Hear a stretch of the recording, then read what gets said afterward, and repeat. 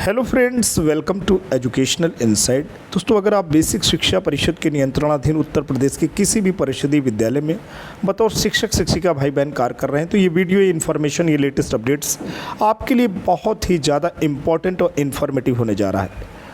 दोस्तों, जैसे कि आप सभी जानते हैं कि बेसिक शिक्षा परिषद के नियंत्रणाधीन जो परिषदीय विद्यालय हैं वहाँ पर शिक्षकों के समायोजन की कार्रवाई गतिमान है और शिक्षक भी बिल्कुल मन बना रखे हैं कि सरकार के इस रुख और इस रुझान को फाइनली मूर्त रूप नहीं देना है। इसीलिए जितने भी शिक्षक शिक्षिका भाई बहन हैं वो लामबंद होकर के, एकजुट होकर के माननीय हाई कोर्ट की शरण में है और वहाँ पे इस केस की सुनवाई भी गतिमान है।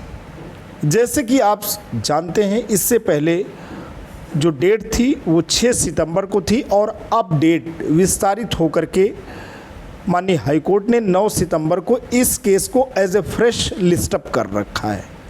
यानी 9 तारीख को ये सुनवाई हो जाएगी कि शिक्षकों का जो ये समायोजन की प्रक्रिया है ये वाकई मूर्त रूप लेगी या ये पूरी की पूरी जो प्रक्रिया है वो बाधित और अवरुद्ध भी हो सकती है। इस बीच जो मामला चल रहा है, जो जटिलता व्याप्त है, उसके मद्देनज़र रखते हुए विभाग भी फूंक फूंक करके कदम उठा रहा है। अब मामला और जो इसकी सुनवाई है, इसकी जो रूपरेखा है, कहीं ना कहीं सरकार भी माननीय हाईकोर्ट में जो बहस चल रही है, जो बातें हो रही हैं, उसको लेकर के सरकार भी हर एक बातों को देखना चाहती है और माननीय हाई कोर्ट का जो रुख है उसको भी अवलोकित करना चाहती है कि माननीय हाई कोर्ट का जो रुझान है वो किधर जा रहा है, वो सरकार के फेवर में जा रहा है या सरकार के विरोध में जा रहा है।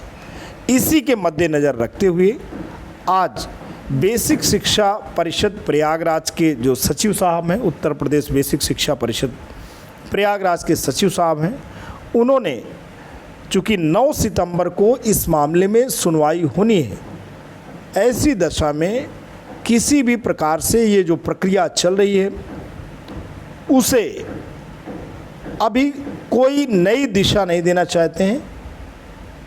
और आज एक मैसेज आया हुआ है सचिव बेसिक शिक्षा परिषद प्रयागराज का कि कतिपय जनपद के जिला बेसिक शिक्षा अधिकारी महोदय ने निवेदन कर रखे हैं। उन्होंने इस बात पे निवेदन कर रखे हैं कि शिक्षकों का जो आपत्ति का निस्तारण का मामला है उसके संबंध में बिल्कुल डेट बढ़ा दी जाए। डेट बढ़ाई भी गई थी, 4 सितंबर से जो डेट थी वो 6 सितंबर दोस्तों हो गई थी।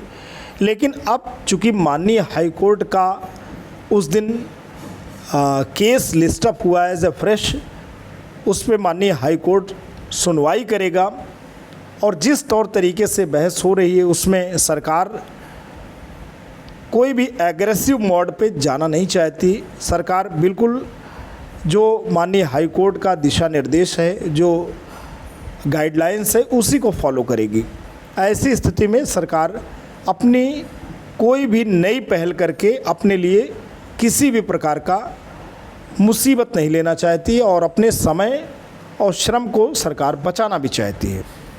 तो दोस्तों, सचिव उत्तर प्रदेश बेसिक शिक्षा परिषद प्रयागराज ने 9 सितंबर तक आपत्ति निस्तारण की डेट बढ़ा दी है।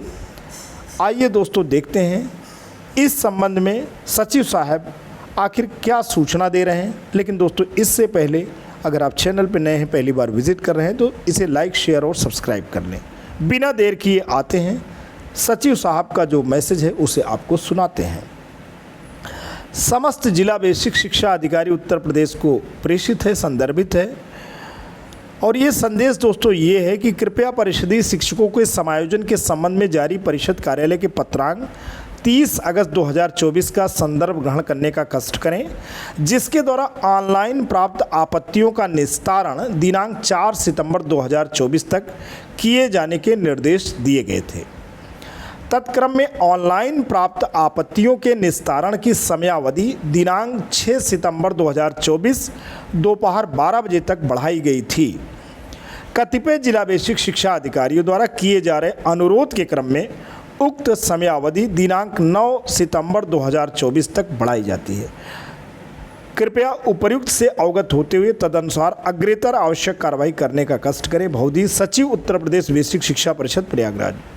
तो आपने दोस्तों देखा ये जो विस्तारित हुई है, जो एक्सटेंड हुई है डेट, वो due to ongoing proceedings in honourable high court. जो कनिष्ठ शिक्षक अपने मामले को माननीय हाई कोर्ट तक ले गए हैं, उस पर जोरदार बहस जारी है। तो जब तक माननीय हाई कोर्ट का रुख क्लियर नहीं हो जाता, तब तक किसी भी प्रकार के समायोजन की जो कार्रवाई है वो अपने अंतिम मुकाम पे दोस्तों नहीं पहुंच पाएगी।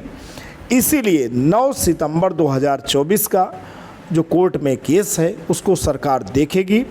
उसी के बाद ही किसी भी प्रकार का गाइडलाइंस जैसे कि माननीय हाई कोर्ट देती है उसके हिसाब से सरकार कार्य करने के लिए तैयार होगी। आज के लिए दोस्तों इतना ही। जैसे ही कोई लेटेस्ट अपडेट्स आप मिलती है आपको पहुंचाते हैं, आपको इससे रूबरू कराते हैं। आज के लिए इतना ही। Thanks for watching and listening. This is Ajay Prakash Dubey signing of.